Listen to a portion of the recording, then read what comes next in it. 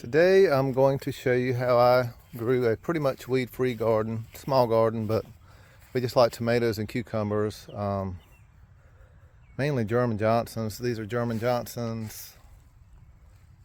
These are 42-inch cages, so you can think about the size here. They're pretty huge. That's a Cherokee purple in that one. Not quite as big, but still nice. And some cucumber plants. But yeah, I put the canvas down, slit little holes with razor knives and planted the plants in there. And you don't have to worry about weeds much after the plants get going. They block out the little slits you make. Just a regular old cheap canvas. And then I get the slow soak watering hose. So this goes under here and goes to all the,